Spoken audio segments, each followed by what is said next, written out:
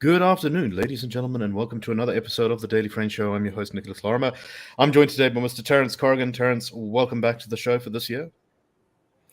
Hello, Nick. Just sitting in the dark here because Eskom felt it would be in my interest to spend 4 hours without power. Isn't it wonderful? It really puts you back in touch with nature. And once again, joining us is Mr. Hermann Pretorius. Hermann, thank you for being on the show once again.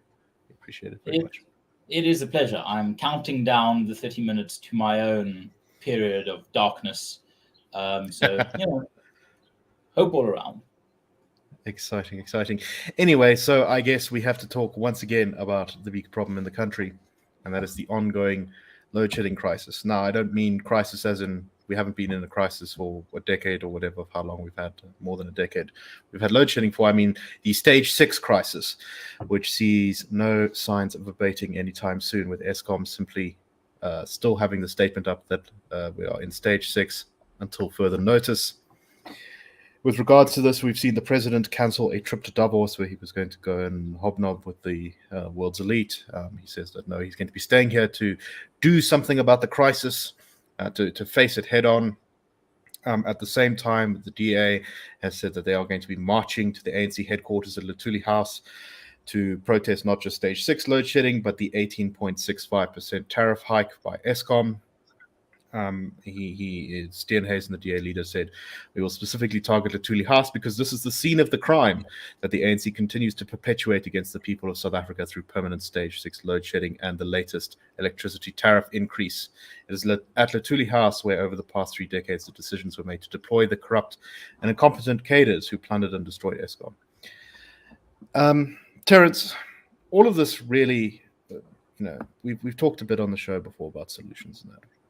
But those are our solutions. So let's talk about what government actually plans to do about this. And you, in a morning meeting, I think, asked perhaps the greatest question on this, which is that, is there a plan? Is there a plan that government has? Government has talked about, Gwede Mantashe recently said, we could fix Eskom in 6 to 12 months if we just focus on maintenance. But I don't know, is there actually a detailed plan? Does government have any idea of what it's going to be doing? What are your thoughts? Well, last year there were sort of work streams established. There've been suggestions. There are plans and rumors of plans. How many of these are actually being really implemented, or are even seriously in contention? I think remains a matter of some dispute. Certainly, the commentary over the last couple of days has been that there is no meaningful, viable plan. There are perpetual discussions about green energy, private producers, less widely mentioned of power ships. But all of these things sort of circle around the around the periphery. But ultimately the situation is this: we are not producing enough power to satisfy demand. The power infrastructure we have is not operating at anything like its full potential, largely because of breakdowns and that sort of thing. And there have been interminable delays about bringing on those alternative power sources. Now, whether you're talking about renewables and just energy transitions or whatever, or putting Medupi and Kusile into the grid, also way behind schedule and way over cost, or getting independent power producers into dispose of their excess capacity, which I understand there is a fair amount of in the country. None of this appears to be taken with any great seriousness. So, is there a plan? Possibly, is there sort of any serious tangible movement made? As Mr. Miyagi might say, very iffy. So, 2 things, Herman. First one, I mean, I met at some social thing, a person who works for, I think it's a consulting company, who has been brought in, I think, by Dorata, or at least someone in Eskom during his tenure to come up with some sort of turnaround plan. and it was detailed and the kind of thing that consulting companies would do. I talked to this person at length, and it seemed to me that the plan wasn't very realistic, but there seems to have been at least some sort of detailed plan, right? But now it looks like the faction backing the whole just transition, renewable energy, Andre de Ruyter side is out of favor, and in favor is the going full steam ahead on the coal thing, and maybe even these gas power ships.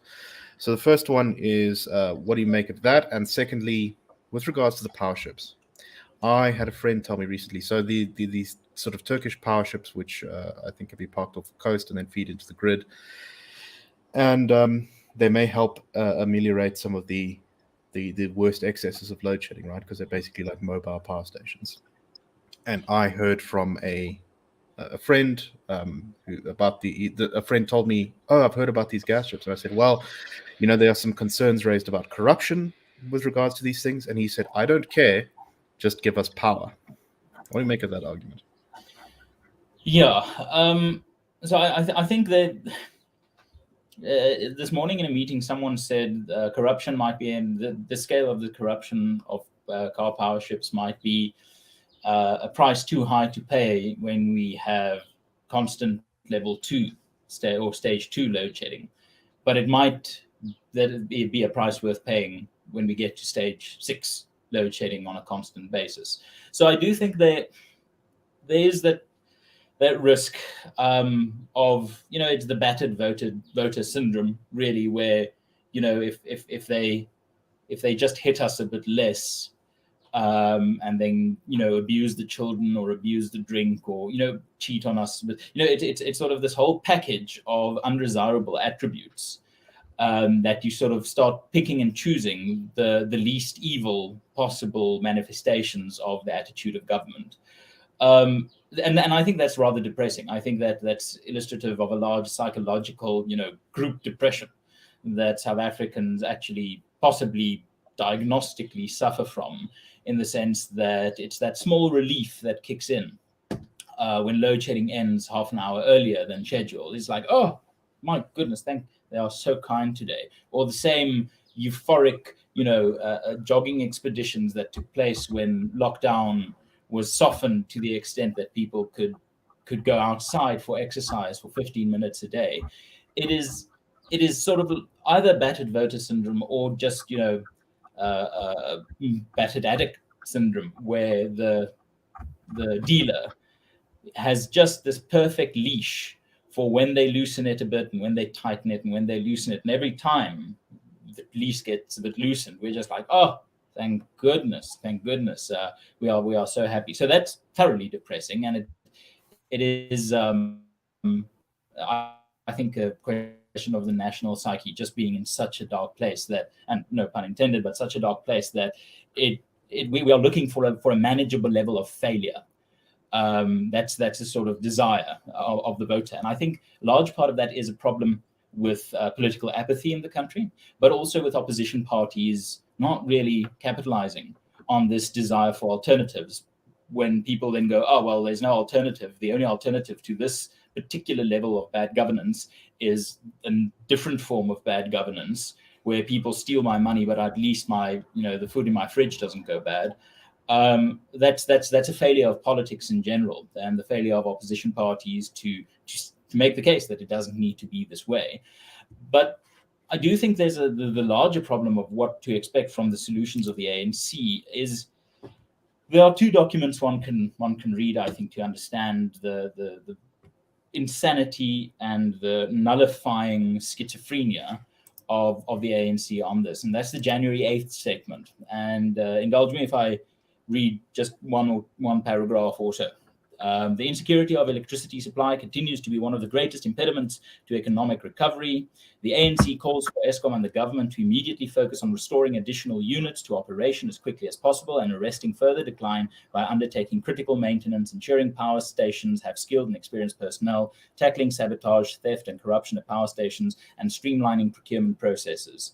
The Eskom board needs to recruit world-class professionals to fill the vacancies in executive management. And then it goes on a bit. And those things one can broadly agree with. They're not really a plan, but I think we can all come on board and say, if those things can be fixed, Eskom will have a lease on life. But then you scroll down. That's literally point 1.2 of the January 8th statement. Point 1.3, and the second paragraph of which reads as follows. Or let me read the first two paragraphs, they're short. The task of ensuring that all South Africans share in the country's wealth is far from complete. The country's unequal distribution of wealth and income is still largely categorized by racial, spatial, and gender demographics of our colonial and apartheid past. And here's the kicker. The task of broad-based Black economic empowerment should be undertaken with greater intensity and purpose. We must use competition policy, preferential procurement, and other instruments to address highly concentrated ownership patterns. You can't attract world-class individuals to your board and your executive and your engineering corps if you at the same time insist on race-based appointments that exclude competence, that exclude merit, and that in fact, and we know this, only reward political connections and cadredom. So the problem here is that the ANC might be right in what has gone wrong, but they've painted themselves into an ideological corner where the very things they cannot surrender, their ideology, is the reason, the massive inconquerable obstacle to fixing the problems that they at least have some initial understanding of. The second document, which I won't read because it's massively long, well, it's 100 pages long, is the Integrated Resource Plan, the IRP for 2019. And people can go read it. It's relatively accessible. There are some vaguish bits of it, but in essence, its conclusionary parts are relatively understandable. And part of that is, let me read you one of their decisions. This is now the massive, and remember, this is 4 years ago. 4 years ago, this plan was proposed. Still not actioned, still not implemented. And we must also take into account that Mr. Ramaphosa took on the job of the Eskom turnaround in 2014. So we are now 8 years into the Ramaphosa turnaround movement. So playing the long game, I mean, he really gives substance to that. Decision 1, undertake a power purchase program to assist with the acquisition of capacity needed to supplement Eskom's declining plant performance and to reduce the extensive utilization of diesel peaking generators in the immediate to medium term. That's a decision that they consider. Well, they have reduced the usage of those generators by forgetting to buy the diesel, or just running out of money to buy the diesel. So mission accomplished. Yes. But the problem is then you look at the idea that there's a massive part of this paper devoted to decommissioning coal power. And then also we know the current administration is against nuclear energy. So that's not an option. So in the end, they sort of navigate themselves to a point where the car power ship deal becomes the only viable option and the least bitter pill for people to swallow, despite the fact that it will be billions of rands spent, our money, taxpayers' money, and there's a high likelihood of massive corruption going in there. Decision number 2, I'll just read this one and then go on from Decision 2, Kuiberg power plant design life must be extended by another 20 years by undertaking the necessary technical and regulatory work. Fair enough, but you can't then go and make it impossible. That's currently underway, I believe, which is one of the reasons we're in stage 6. Yes, but the problem is even the low-hanging fruit requires merit-based appointments, technical skills that the ANC's ideological position prohibited from undertaking. So it really is, I think, a very, very depressing state of affairs where South Africans are in essentially a battered wife, battered voter syndrome, where we are grateful that we have corruption rather than load shedding. And it's depressing. It is thoroughly depressing, and I think it's an indictment of political apathy and opposition parties not being able to set out an alternative when this problem is so all-encompassing and a very, very weak spot for the government.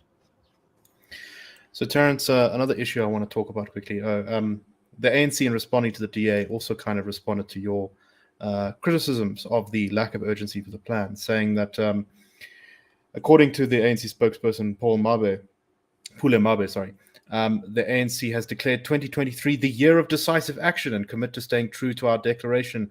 The ANC will respond in due course, including outlining more comprehensively our position on the recurring energy crisis. We stand on the side of the people. and share in their frustrations on the ongoing electricity load shedding ravaged households and badly affecting the economy. So the issue, apart from Mr. Marbury's response, the other issue I do want to that was also brought up this morning that I think is probably worth discussing is that of load shedding exemptions. So I think everyone knows that there are at least some places that seem to be exempt from load shedding. Infamously, ministers' houses, official residents at least, are exempt from load shedding. I believe hospitals are at least sometimes or often exempt from load shedding. There's some talk about, I think, some industrial areas sometimes occasionally being exempt from load shedding. But then there's more dodgy circumstances like embassies. It's well known that there are the parts of Pretoria with lots of embassies, not all the embassies, but the ones with the areas where there's lots of concentration of them. They never seem to get load shed, which is kind of interesting. And interestingly, some cadres. I know where some, like Malusi Gigaba, I've got a rough idea of where he lives. Magically, no load shedding. Right. So there's strange things about. Terence, what do you make of the issue of sort of selective load shedding? I think it's something that people are increasingly talking about as frustration grows over the stage 6 load shedding. Look, my sense of it, and I hope that our listeners don't find out where I live and come after me, because believe me, I'm being load shed right now. So in the great Bill Clinton tradition, I feel your pain, and I do.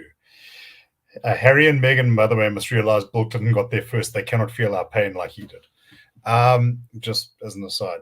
But I think if this was happening pretty much in any country, no matter how wonderful the government was, there would be certain areas and certain people, certain mucky-mucks who would get away with it. I think that, very much like the Nkandla saga, what the bitter pill to swallow is that the ANC's ideological foundation is that it is not only, the leader of the people, it is the people. This is an egalitarian society. We stand firmly with the people. As I say, their view is that they are the people. There's no conceptual difference. So having punted that line for generations, when you discover that some are more equal than others, it doesn't go down well. I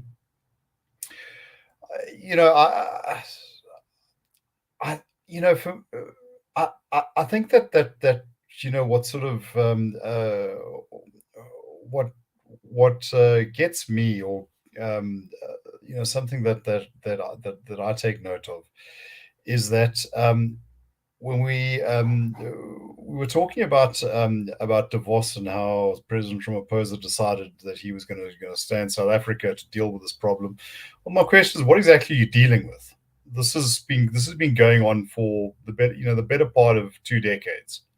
There's no real plan. There's evidently no urgency. I mean, let's leave aside the whole controversy about whether green energy is efficient or not. That's been, but that has been for a decade or more government policy that we're going to make this green transition. Well, I don't see much evidence of that, apart from at a very localized and privatized level. So yeah, he's going to stay here to sort of show leadership. And for some reason we seem to value the display of caring or leadership, feeling our pain, more than we do competence. And I think, actually, personally, I think it would be great if he had gone off to if he had gone off to Davos and had to field some very tough questions. Go and stump for investment, and then just incredulously be asked, but you can't keep the lights on. I don't know. I see Terence back on the show, and I'm old enough to remember the last time he was on the show. I'm old enough to remember many things. Going back a long time. I'm old enough to actually remember, and it's very, very dim memory, when we didn't have television. So, in a way, power wasn't such a big issue. Well, I must say, we don't have television now. So, I mean, Terence, that could be useful. But something I want to add to this, and this is sort of perhaps a tierce to Picardi, but musical terms, is when you end on a major chord after you've written a minor piece of music is to represent hope. You're elevating the show too much here, Herman. I'll de-elevate it in a moment. But the tierce Picardy here could be that this doesn't need to be the case. We don't have to be. The South Africans have put up with the monopoly of Eskom for far too long. Belief in the idea that Eskom will be got right with the right CEO or the right board. I mean, that's naive. And I think South Africans should, get over that. It's fairy tale type of thinking. What I would put out there, and what I would invite listeners and viewers to do, is to start generating pressure on your Pick and Pays, your Checkers, your Woolworths, your Totals, your BPs, your Engens, your Sasols, where the idea that power might be generated elsewhere and purchased elsewhere could be introduced here. Go for this. Don't wait for the regulation to change. Go for it. Occupy the market solution space here and dare the government, dare Eskom to say in court, under oath, we would rather have ideological adherence and stasis rather than solutions coming from the private sector. And the same with farms. Let's have mini farm grids where farmers use methane, use sun power, water, wind, whatever they have at their disposal to start localized, there's that word, sorry, Mr. Patel, I don't use it in the sense you do, localized competition to the Eskom monopoly on smaller levels. Jaap Maree of the far-right racist fame was absolutely right when in the 60s he said in Parliament that the moment a Maori New Zealand player is allowed to play a match against the Springboks, that's the start of the end of apartheid, because in 60 and 50 years' time, there will be a black president and a black man will be able to marry your daughter. And the reason Jaap Maree was right, because he understood the first ideological crack appearing in the facade of the dominance of the National Party. And the same should happen here. The cracks of challenging the ideology that the market cannot provide solutions it's declared illegal for the market to provide solutions. Challenge that. It's a brittle position, and the time is now for people who are willing to come up with entrepreneurial, commercially viable solutions to this power problem, to essentially dare Eskom, dare NASA, dare the government to say, come and stop me from providing affordable, reliable, stable energy to my consumers. Come and stop me, and I'll promise you I'll unite 1 million South Africans behind me to fund my court action. It doesn't have to be this way. We don't have to buy into this thinking. And it really starts in the way we approach this, not waiting for Eskom to be solved, but waiting for Eskom to be competed against. And that is something that the civil society can trigger. Any final thoughts, Terence? No, I agree. The idea that we need to wait for a messiah, whether it's in the form of Ramaphosa, reincarnated Mandela, or Andre de Ruyter, I think that's the time for that is long past. And I think that what we need a great deal more of is thinking around, as Hermann says, those localized solutions.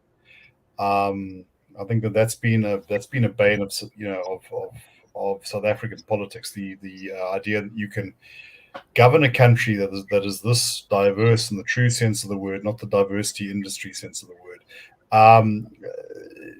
From offices in Cape Town or in Pretoria as one homogeneous mass, or divided up into 13 homogeneous masses, or whatever was the Nats did. I don't.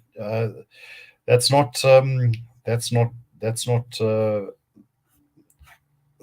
possible. So yes, a great deal more local initiative. Indeed.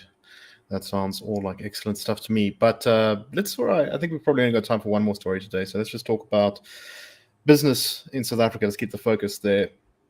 And there is every year, I believe, a global executive opinion survey, which is done asking business executives, a number of selected business executives from countries around the world, what their biggest fears were in the country in which they operate. So people contribute to this, and South Africa's answers were, according to executives, the biggest fears are number 1, state collapse, number 2, debt crisis, number 3, collapse of services and public infrastructure, which sounds a little bit like state collapse, but whatever, cost of living crisis, employment and livelihood crisis. Now, what was very striking about this, though, was that on the state collapse front, our executives, our business executives in this country, rated us just behind Peru and executives in Peru or Bosnia-Herzegovina as places invulnerable to state collapse. Now, Peru has suffered from some incredible destructive, violent protests in recent years, or in recent months at least, and Bosnia and Herzegovina has seen a sharp uptick in severe ethnic tensions between the Bosnian half of the country and the Serbian part of the country, which threatened to tear the country apart back as it was in the 90s. So not good, not very good at all. Hermann, what do you make of this? There's something to be said about these kind of surveys. I'm always a little bit skeptical of them because it's sort of some random business people are asked, what are you worried about? And so sometimes you get kind of odd answers from these surveys, which I don't think are necessarily that instructive. But still, we can learn something from. What do you make of all this? Yeah, no, I think if you allow for the salt and the pinches of salt you need to take these surveys with, they are illustrative at least of some things. They are illustrative of the attitudes of business people, and that bleeds into investor confidence, that bleeds into consumer confidence, that bleeds into job creation, quality of life. So these questions, these surveys aren't useless. You can't dismiss them. But they shouldn't be taken as writ. But however, they can be taken as sub-writ in the way or whatever, to be indicative of a feeling of an attitude. And right, the mistake that people often make with these is they don't realize it's just of executives, of a group of executives, and they think that it's representative of the country. It is not. Yes, and with a similar thing on education. Rather look at proper educational charts than looking at executive surveys for this quality of education in countries like South Africa. But what frustrates me about this is a sentiment. I started my time at the IRR with the CRA for a few months. You encounter, whether it's formally or informally, social gatherings, you encounter this skepticism, this worry from business people, from the largest business people in meetings with let's just say some people like Andre de Ruyter, who are he would make this point clear in confidentiality that there are these problems, but no one really finds the guts to put their heads above the parapet. Now, I'm not saying it's easy to put your head above the parapet. When you are a business owner, a business leader, an entrepreneur, you're not in the business of being above the parapet. You're in the business of making money. You're in the business of ensuring that your employees get their salary at the end of the month, that you can grow, that you can continue existing. So I'm not expecting businesses to be activists. But what I do find pathetic in dealing with the biggest banks, Nedbank, FNB, ABSA, Standard Bank, these banks would in private admit the worries they have. In surveys like this, the worries would come to the fore. But then when we come to the public space, these arguments simply aren't made. When we come to the investor indabas called by Cyril Ramaphosa, we get platitudinous nonsense or silence from people who really are in a position to make the case. John Cain Berman, the late great John Cain Berman, made the point that the fall of apartheid followed the economic unviability of it, especially when it comes to labor. Access to labor was a problem for white South Africans who wanted to run businesses. And it was the demand from the business sector, from businesses, from entrepreneurs, to make labor available, to get rid of this nonsense of race-based employment policies that drove the economic desire for businesses to apply pressure to government. We don't have that today. We have cowardly businesses who kowtow far too easily, or when they criticize it in the vaguest forms. When they call for change, it is categorized under the wonderful label of what's it, structural reform. That means nothing. So if we have these surveys, that's fine. But then I would like to see in the report or in the Citizen or in the Sunday Times or Biz News a letter from the odd CEO saying it's time to get rid of BEE and I'm willing to take my company there. Because the problem we currently is illustrated by the Discom example. There's a moratorium on hiring people of a specific race, but people of that race is a large part of their clientele. If the large part of that clientele understood the commercial power they have, then they can apply pressure to Discom, and that could be knock-on effects to the policy-making sphere. It is immensely frustrating that the gutsiest thing so often that business executives in South Africa can do is, with some sass, answer a survey. Terence, final thoughts before we close. Look, I think that one of the pragmatic issues is that it's not only your ability to do business with the government or moral opprobrium, it's also your ability to do business with other businesses, showing that you are BEE compliant. So this patronage network has been set up like a big spider web, in which and it would take a particularly brave individual willing to take a lot of damage to be able to start the ball rolling. But I think just on John K. and Berman's example, one thing he pointed out was that a lot of the realities just shifted. And I remember in the late 1980s, a member of the Joburg City Council who represented the Conservative Party started to call for the prosecution of estate agents who were selling homes in white designated areas to black people. And I remember that the head of the estate agents organization said, well, okay, go ahead and prosecute us, but you'll have to hire Ellis Park Stadium to accommodate the numbers that you'll be dealing with. And I think the Attorney General of the Transvaal at the time just said, look, she's not going to bother about this. In many ways, we are there. We're just there on the wrong issues. So definitely something to consider. All right, we are out of time. So thank you very much for listening. We hope that you found the show interesting, and we hope that you have the electricity to watch it. And with that, have a wonderful day, and we'll see you tomorrow on the Daily French Show. Cheers, everyone.